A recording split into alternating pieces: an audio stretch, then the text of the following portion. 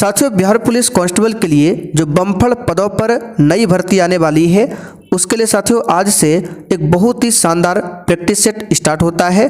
साथियों बिल्कुल basic level से क्लास को स्टार्ट करने वाले हैं, इसलिए आपको एक भी क्लास को छोड़ना नहीं है। इस क्लास का समय रहेगा रात 8:30 बजे से। और इस एग्ज़ाम के लिए जिनको भी बैच ज्वाइन करना हो, ये हमारा व्हाट्सएप नंबर है, इस पर मैसेज करके आप लोग बता सकते हैं। तो चलिए इसी के साथ आज के सेट को हम लोग स्टार्ट करते हैं। तो इस सेट का पहला क्वेश्चन देखिए, ग्राम राज्य के माध्यम से राम राज्य के बारे में किसने कहा था? महात्मा गांधी, विनोबा भावे, जयप्रकाश नारायण या फिर चौथा ऑप्शन जवाहरलाल नेहरू। चलिए क्वेश्चन नंबर 1 के लिए आप लोग आंसर बताइए। प्रत्येक स्टूडेंट को नीचे लाइव चैट में या फिर कमेंट बॉक्स में अपना अपना आंसर करना है। तो ग्राम राज्य के माध्यम से राम राज्य के बारे में किसने कहा था? तो इसका सही जवाब है महात्मा गांधी ने कहा था। यहाँ पर फर्स्ट ऑप्शन आपका सही जवाब है महात्मा गांधी। महात्मा गांधी का जन्म कब हुआ था? तो 2 अक्टूबर 1869 को और मृत्यु 30 जनवरी 1948 को। जयप्रकाश नारायण की बात करें तो इन्हें क्या बोला जाता है? तो लोक नायक की उपाधि दी गई है जयप्रकाश नारायण को, और इन्होंने ही संपूर्ण क्रांति का नारा दिया था। अगला क्वेश्चन देखते हैं। संविधान के अंतर्गत भारतीय लोकतंत्र के आदर्शों को हम कहाँ देख सकते हैं? और साथियों जैसे ही क्लास खत्म हो जाएगा, इसका पूरा पीडीएफ आपको मिल जाएगा आंसर के साथ में। ये हमारा व्हाट्सअप नंबर है, इस पर मैसेज करके आप लोग बता सकते हैं। क्लास का PDF, one liner GK GS notes, question bank, special Bihar GK का नोट्स, कुछ भी चाहिए तो इस व्हाट्सअप नंबर पर आपको मैसेज करना है। तो संविधान के अंतर्गत भारतीय लोकतंत्र के आदर्शों को हम देख सकते हैं प्रस्तावना में। यहाँ पर फर्स्ट ऑप्शन आपका सही जवाब है प्रस्तावना। आगे देखते हैं। भारत के नियंत्रक तथा महालेखा परीक्षक की नियुक्ति कौन करता है? बताइए। नियंत्रक तथा महालेखा परीक्षक, जिन्हें शॉर्ट में कैग यानी CAG बोला जाता है। तो साथियों कैग की नियुक्ति आर्टिकल 148 के तहत भारत के राष्ट्रपति करते हैं। यहाँ पर बी वाला ऑप्शन आपका सही जवाब है भारत के राष्ट्रपति। और साथ ही यहाँ पर आप लोग देख सकते हैं बिहार पुलिस सिपाही के बैच में इस प्रकार से लगभग आपको 60 से 70 नोट्स दिया जाएगा। ये one liner GK GS VVI notes है, जिसमें से देख सकते हैं 16 नोट्स बैच में अपलोड कर दिया गया है। तो जो भी साथी बैच ले चुके हैं आप लोग जाकर रिवीजन कर सकते हैं। ये नोट्स आपके एग्जाम के लिए बहुत ही ज़्यादा इंपॉर्टेंट होगा। इसी प्रकार से आपको स्पेशल बिहार जीके का नोट्स मिल जाएगा, और इसी प्रकार से आपको पिछले 10 से 12 साल का क्वेश्चन बैंक भी वन लाइनर फॉर्म में लिखा हुआ मिलेगा। ये सब कुछ आपको मिल जाएगा एप्लीकेशन पर बैच में। ये हमारा व्हाट्सएप नंबर है, इस पर केवल आपको मैसेज कर देना है, आपको सब जानकारी मिल जाएगा। आगे बढ़ते हैं। भारतीय संविधान का कौन सा अनुच्छेद राज्य सरकारों को ग्राम पंचायतों के गठन का निर्देश देता है? बताइए इस क्वेश्चन का आंसर। तो यहाँ पर इसका सही जवाब है अनुच्छेद 40। अनुच्छेद 40 जो है राज्य सरकारों को ग्राम पंचायतों के गठन का निर्देश देता है। जो भी साथी तीसरा ऑप्शन बता रहे थे, बिल्कुल सही जवाब है अनुच्छेद 40। आगे देखिए क्वेश्चन 5। भारत के महान्यायवादी को कहाँ पर सुनवाई करने का अधिकार है? देखिए, भारत सरकार का प्रथम कानूनी सलाहकार होता है महान्यायवादी, जिन्हें अटॉर्नी जनरल ऑफ इंडिया बोला जाता है। तो इनको कहाँ पर सुनवाई करने का अधिकार होता है? तो इसका सही जवाब है भारत का कोई भी विधि न्यायालय में। चौथा वाला ऑप्शन यहाँ पर आपका सही है, ध्यान रखिएगा। आगे देखते हैं। पॉलिटिक्स यानी कि राजनीति शब्द का सबसे पहले किसके द्वारा प्रयोग किया गया था?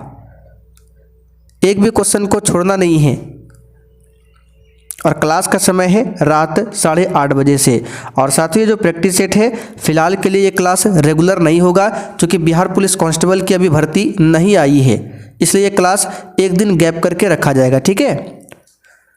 तो पॉलिटिक्स राजनीति शब्द का सबसे पहले किसके द्वारा प्रयोग हुआ था? तो यहाँ पर इसका सही जवाब है अरस्तू के द्वारा। फर्स्ट ऑप्शन आपका सही जवाब है अरस्तू के द्वारा। नीचे दिए गए दिल्ली के सुल्तानों के वंशों को कालानुक्रम में व्यवस्थित कीजिए। खिलजी है, तुगलक है, सैयद है, गुलाम है। इसको सही क्रम में व्यवस्थित करना है। और बहुत ही जल्द बिहार पुलिस कांस्टेबल की भी भर्ती आने वाली है। उसके बाद आपका क्लास रेगुलर हो जाएगा। तब तक जिन्होंने बैच ले रखा है, जो लेने वाले हैं, उसमें आपको डेली क्लास का नोट्स मिल जाएगा।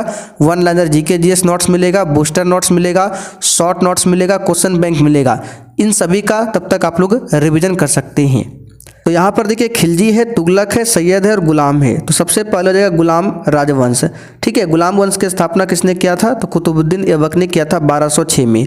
तो गुलाम वंश जो है 1206 से लेकर कब तक चलता है? 1290 तक। गुलाम वंश के बाद आता है खिलजी वंश, जो कि ऑप्शन ए में दिया है। ये 1290 से लेकर 1320 तक चलता है खिलजी वंश। उसके बाद तुगलक वंश आता है। ठीक है, कौन सा आता है? तुगलक राजवंश। तुगलक राजवंश 1320 से लेकर 1414 तक चलता है। उसके बाद आता है सैयद राजवंश, जो कि 1414 से लेकर 1451 तक चलता है। ठीक है, सैयद। और सैयद के बाद आता है आपका लोधी राजवंश, जो कि दिल्ली सल्तनत का आखिरी वंश होता है 1451 से लेकर 1526 तक। तो सही क्रम हो जाएगा गुलाम। गुलाम के बाद खिलजी यानी डी हो जाएगा, फिर ए हो जाएगा, फिर उसके बाद तुगलक और सी, DABC यानी चौथा ऑप्शन पहले होगा, फिर पहला होगा, फिर दूसरा होगा, तीसरा 41-23। तो 41-23 एक भी ऑप्शन में नहीं है, इसको सही कर लेंगे। इसका आंसर ये होगा। ठीक है, चलिए आगे देखते हैं। क्वेश्चन 8, भारत में डच का सबसे प्रारंभिक उपनिवेश कहाँ पर था? बताइए। तो ये बहुत ही सिंपल सा क्वेश्चन है, पुलिकट में। कहाँ पर था? पुलिकट में। आगे देखते हैं।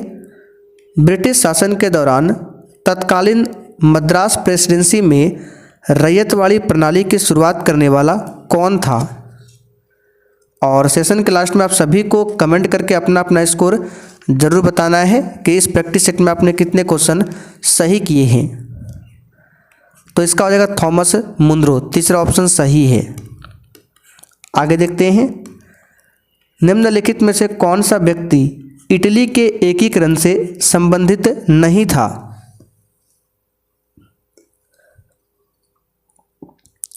तो यहां पर इसका सही जवाब है मुसोलिनी। ये इटली के एकीकरण से संबंधित नहीं था, तीसरा ऑप्शन सही है। आगे देखिए, शून्य की खोज किसके द्वारा की गई थी? बिहार पुलिस कांस्टेबल के लिए आज पहला क्लास है, इसलिए आपको क्वेश्चन थोड़ा सा आसान लग रहा होगा। बिल्कुल बेसिक लेवल से स्टार्ट किए हैं। तो शून्य की खोज किसके द्वारा किया गया था? तो यहाँ पर इसका सही जवाब है आर्यभट्ट के द्वारा। ठीक है, आगे देखिए। ज्वालामुखी के कप आकार के मुख को क्या कहते हैं? बताइए। तो इसको क्रेटर बोला जाता है। क्या बोला जाता है? क्रेटर। तीसरा वाला ऑप्शन सही है, क्रेटर। आगे देखिए। दक्षिण अमेरिका के शीतोष्ण घास स्थलों को क्या कहते हैं? चलिए बताइए तेरे के लिए आंसर। तो इसको पंपास बोला जाता है, पंपास। फर्स्ट ऑप्शन आपका सही है, पंपास। अगला क्वेश्चन। खनिज और जिले के निम्न जोड़ों में से कौन सा जोड़ा सही है?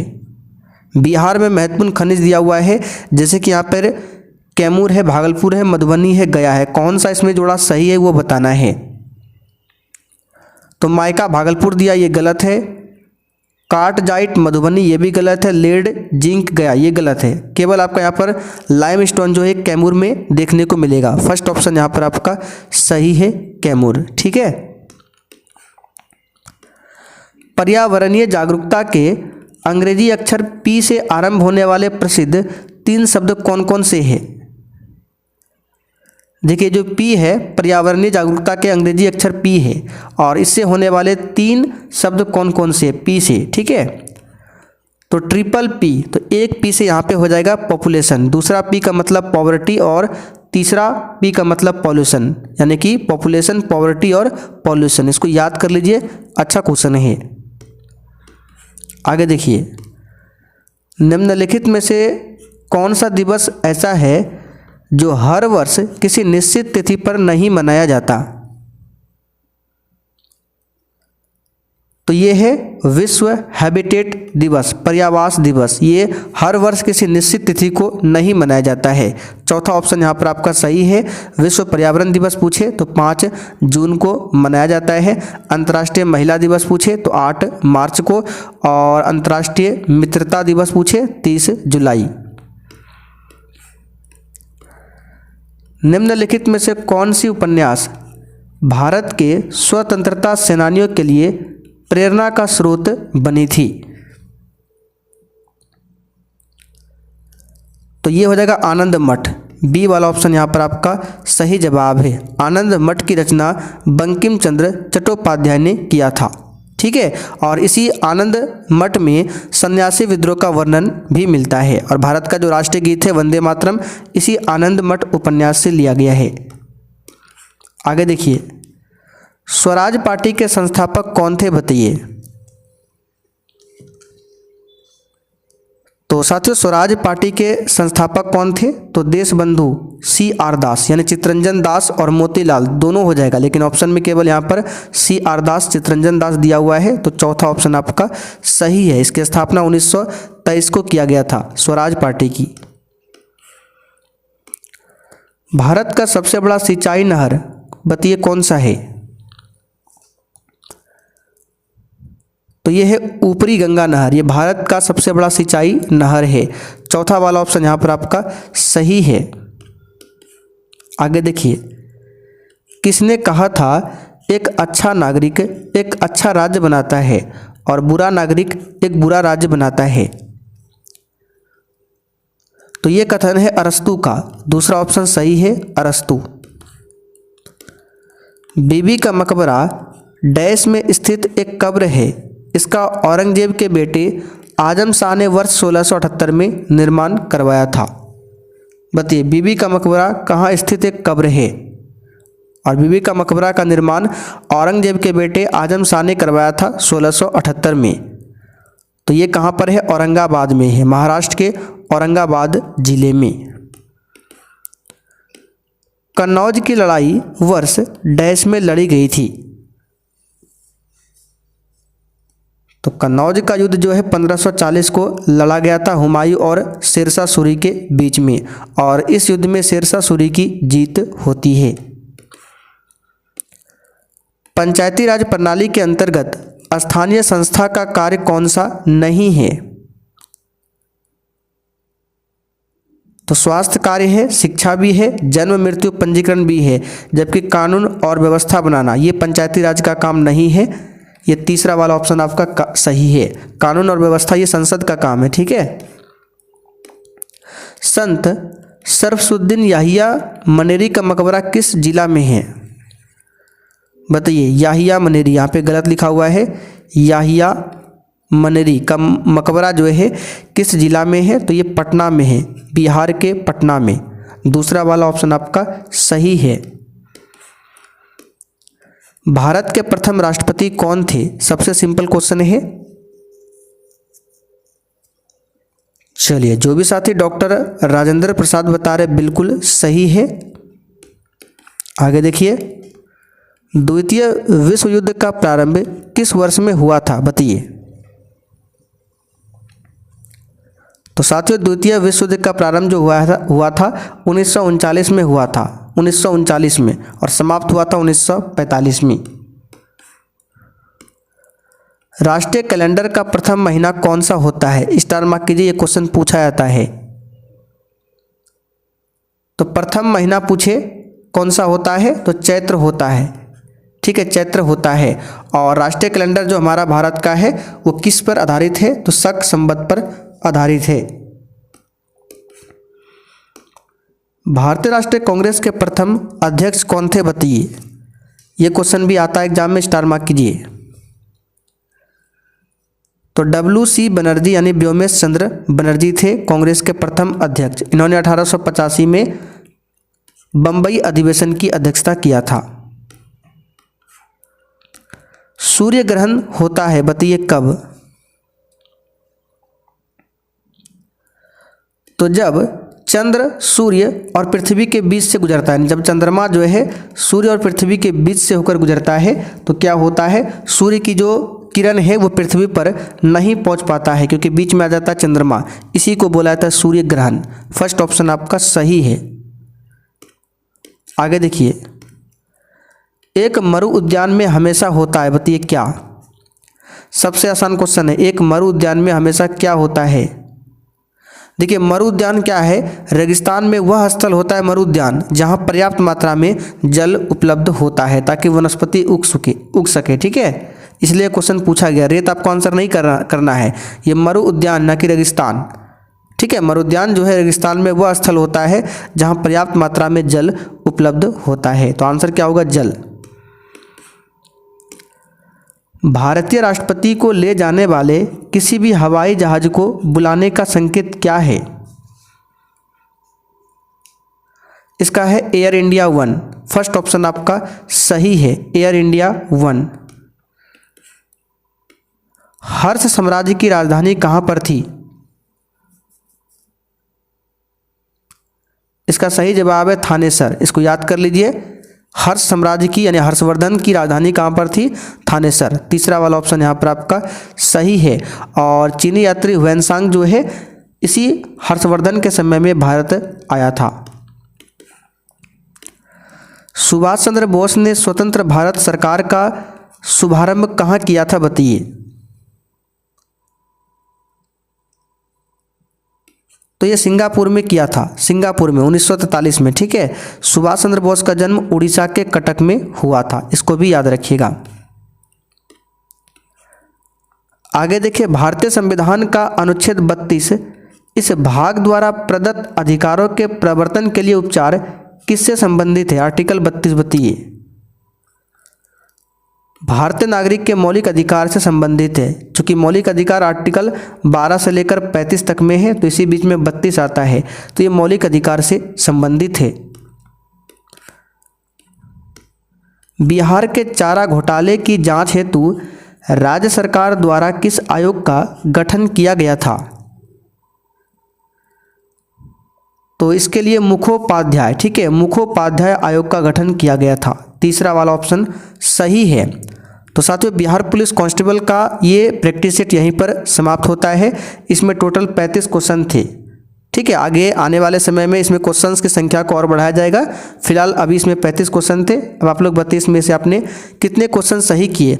अब जिनको भी इस एग्जाम के लिए बैच ज्वाइन करना है, आइए आपको बता देते हैं किस प्रकार से बैच को ज्वाइन करना है। तो देखिए, बैच को ज्वाइन करने के लिए सबसे पहले प्ले स्टोर से आपको एक एप्लीकेशन को इंस्टॉल करना है। कौन सा एप्लीकेशन है, आइए आपको दिखा देते हैं। तो यहाँ पर देखिए, ये वाला एप्लीकेशन है success world MCQ। Success world MCQ application को अपने मोबाइल में इंस्टॉल कर लेना है। उसके बाद लॉगिन करके ऑल कोर्स पर क्लिक करना है। तो जैसे ही ऑल कोर्स पर क्लिक करेंगे आपके सामने इस प्रकार से इंटरफेस शो होगा। ठीक है, तो इसी में आपको ये लिखा हुआ मिलेगा इस तरह से। यहाँ पे दिखा देते हैं बिहार पुलिस नई भर्ती 2026। तो वहाँ पर नीचे पेमेंट का ऑप्शन आएगा, उस पर पेमेंट करके इस बैच को ले सकते हैं। बैच में क्या क्या मिलेगा सब कुछ लिखा हुआ है, और कोई भी जानकारी चाहिए तो ये व्हाट्सअप नंबर है, मैसेज करके बता सकते हैं।